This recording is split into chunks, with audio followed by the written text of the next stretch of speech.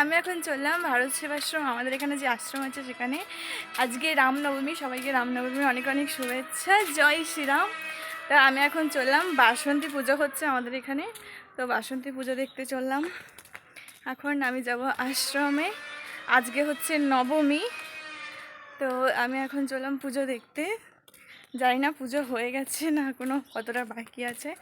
চললাম, আমি এখন রেডি রেডি রেডি হয়ে চললাম। তো চলো তোমাদেরকে আশ্রমে যাই, দিয়ে তোমাদেরকে দেখাচ্ছি সবটা।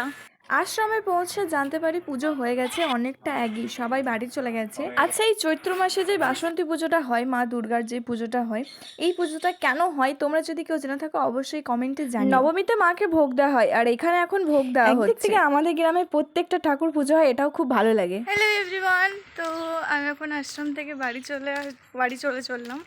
এই যে ভোগ প্রসাদ দিয়েছে, ভোগ প্রসাদ নিয়েছি, এখন বাড়ি চললাম। ব্লগটা কেমন লাগলো অবশ্যই কমেন্টে জানিও, আর একবার সবাই জয় শ্রীরাম বলো। টাটা।